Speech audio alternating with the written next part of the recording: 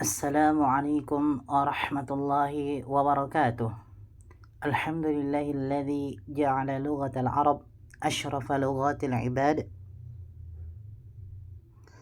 والصلاة والسلام على سيدنا نبينا محمد الذي هو أفصح من نطق بالضاد، وعلى آله وصحبه أجمعين والتابعين لهم إلى يوم الدين.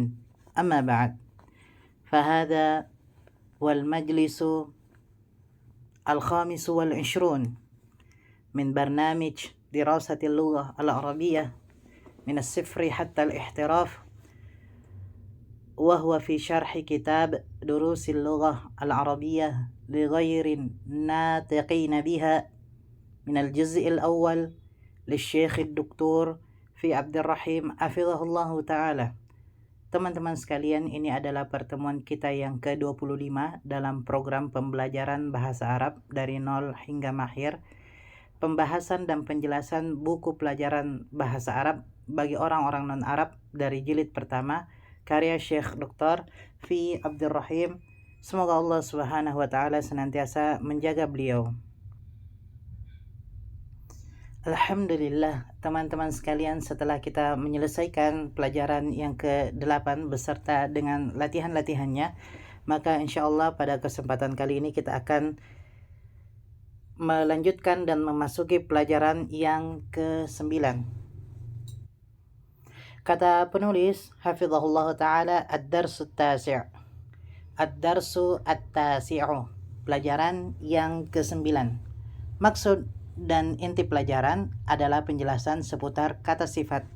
Maksud dan inti pelajaran adalah penjelasan seputar kata sifat. Kata sifat dalam bahasa Arab dikenal dengan istilah na'atun. Kata sifat dalam bahasa Arab dikenal dengan istilah na'atun, na'at. Jadi ada kata yang disifati, kemudian setelah itu datang kata sifatnya. Contoh dalam bahasa Indonesia, Muhammad siswa yang rajin. Muhammad adalah seorang siswa yang rajin. Yang rajin adalah kata sifat, sedangkan kata Muhammad adalah kata yang disifati. Jadi kata sifat dalam bahasa Arab dikenal dengan istilah na'atun, sedangkan kata yang disifati dikenal dengan istilah man'utun, ya, kata yang disifati. Lihat, dengarkan, dan ulangi setelah saya. Kata penulis hafizahullah ta'ala, al-alif. Ya, ini adalah pembahasan yang pertama, karena di pelajaran yang ke-9 ini terdapat 2 pembahasan. Kata penulis hafizahullah ta'ala, man hadzal rajulu? Siapa pria dewasa ini? Huwa Abbasun. Dia adalah Abbas. Huwa mubtada, Abbasun khabar. Abbasun tajirun. Abbas adalah seorang pedagang. Abbas mubtada, sedangkan tajir adalah khabar. Abbasun tajirun ghaniyun. Abbas adalah pedagang yang kaya. Abbas mubtada, tajirun khabar, ghaniyun na'at, sifat dari kata tajirun. Berarti kalau ghaniyun kata sifat, berarti tajirun adalah kata yang disifati. Dia adalah man'utun. Hamidun mudarrisun. Hamid adalah seorang guru. Hamid mubtada, mudarrisun khabar. Hamidun mudarrisun jadidun. Hamid adalah seorang guru yang baru. Hamid mubtada, mudarrisun khabar, jadid na'at, kata sifat. Berarti kata mudarris adalah man'utun, kata yang disifati oleh si na'at. Ma hadza? Apa ini? Hada tuffahun. Ini adalah buah apel. At-tuffahu fakihatun labidatun. Apel itu atau buah apel itu adalah buah yang lezat. Ma dzalika, apa itu? Dzalika usfurun. Itu adalah seekor burung pipit.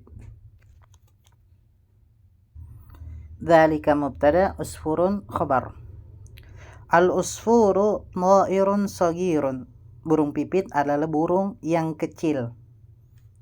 Al-usfur mubtada, ta'irun khabar, saghirun na'at, kata sifat. Berarti ta'irun adalah man'ud, kata yang disifati. Al-Arabiyyatu lughatun sahlatun. Bahasa Arab adalah bahasa yang mudah. Al-Arabiyyatu mubtada, lughatun khabar, sahlatun na'at. Berarti lughatun adalah man'ud.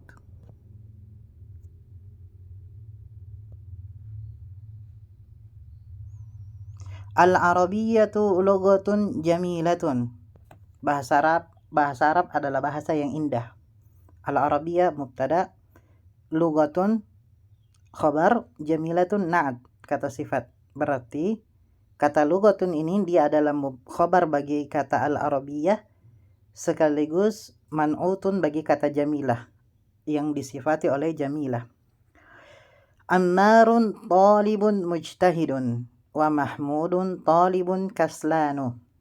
Ammar adalah siswa yang yang rajin, mujtahidun rajin, wa Mahmudun, dan Mahmud adalah siswa yang malas, kaslanu malas. Di sini terdapat faedah teman-teman sekalian bahwa kata sifat yang mengikuti timbangan kata fa'lanu atau kata sifat yang berakhiran dengan alif dan nun tidak boleh ditanwin. Maka kita katakan talibun kaslanu, dan tidak boleh talibun kaslanun, tidak boleh ditanwin. Man anta? Siapa kamu? Man khabar, anta mubtada. Telah berlalu pembahasan teman-teman sekalian bahwa asal dari mubtada itu dikedepankan dan khabar diakhirkan, kecuali pada kalimat tanya. Pada kalimat tanya kebanyakannya, tidak semuanya, khabar itu dikedepankan dan mubtada diakhirkan. Dan biasanya kata tanya itulah yang merupakan khabar. Ana talibun, saya adalah seorang siswa. Ana mubtada, talibun khabar. A anta talibun jadidun? Ya, a kata tanya, anta mubtada, ya, talibun khabar, jadidun na'at. Berarti kata talibun ini memiliki fungsi yang ganda. Dia khabar bagi kata anta sekaligus man'utun bagi kata jadid. Naam, ana talibun jadidun. Naam, kata jawab, iya, saya adalah seorang siswa yang baru. Ana mubtada, talibun khabar, jadidun na'at. Dari sini teman-teman sekalian dapat kita simpulkan bahwa mubtada dan bahwa na'at dan man'ut itu harus sesuai dari segi jenisnya. Artinya kalau yang disifati itu laki-laki, mudzakkar, kata maskulin, maka kata sifatnya juga harus maskulin. Contoh, tajirun. Perhatikan kalimat yang keempat, baris yang keempat, tajirun ghaniyun. Ya, tajirun ini kata maskulin karena tidak diakhiri dengan ta'ul marbutoh. Bukan pula nama perempuan, bukan pula anggota tubuh yang berpasangan. Dan ghaniyun adalah sifatnya. Maka tidak boleh kita katakan tajirun ghaniyatun. Ya, yang disifati maskulin kemudian kata sifatnya feminin, tidak boleh. Demikian juga pada kalimat yang ke-6, Hamidun mudarrisun jadidun. Ya, kata mudarrisun jadidun ini sama-sama maskulin, kata maskulin. Maka tidak boleh satunya maskulin dan satunya feminin. Misalnya yang disifati kata maskulin, mudarrisun, kemudian kata sifatnya feminin, jadidatun. Ini tidak boleh. Atau sebaliknya, yang disifati yaitu kata mudarris feminin, mudarrisatun, dan kata sifatnya jadinya maskulin, jadidun. Ini tidak boleh. Jadi antara kata sifat dan kata yang disifati harus sama-sama maskulin, mudarrisun jadidun. Nah, itu tadi contoh-contoh yang sifat dan yang disifati yang maskulin. Sekarang contoh kata sifat dan yang disifati yang feminin. Perhatikan pada kalimat at-tufahu fakihatun ladhidatun. Apel adalah buah yang lezat. Fakihah buah, ladhidatun yang lezat. Karena kata fakihah, kata yang disifati di sini feminin, diakhiri dengan at-ta'ul marbutoh, maka kata sifatnya juga harus berupa kata feminin, ladhidatun. Maka tidak boleh kita katakan at-tufahu fakihatun ladhidun. Ya, kata yang disifati feminin, kemudian kata sifatnya maskulin. Kemudian demikian juga pada kalimat yang terakhir, al-arabiyyatu lughatun sahlatun. Lughatun kata yang disifati, sahlatun kata sifatnya. Ya, sama-sama kata feminin. Tidak boleh satunya feminin dan satunya lagi maskulin. Tidak boleh kita katakan al-arabiyyatu lughatun sahlun. Ya. Jadi kata sifatnya harus berupa kata feminin. Karena kata yang disifati yaitu kata lughatun adalah kata yang feminin karena berakhiran dengan at-ta'ul marbutoh. Ya, kesimpulannya teman-teman sekalian bahwasanya antara kata sifat dengan kata sebelumnya, kata yang disifati harus sesuai dari segi jenisnya. Kalau yang disifati itu kata maskulin, maka kata sifatnya juga harus maskulin. Contoh talibun jadidun, mudarrisun tawilun, dan seterusnya. Kalau kata yang disifati itu feminin, maka kata sifatnya juga harus feminin. Contoh sayyaratun jadidatun, mobil yang baru. Kemudian saburatun kabiratun, papan tulis yang besar, dan seterusnya. Wassallallahu wasallam ala nabiyyina Muhammad walhamdulillahi rabbil alamin.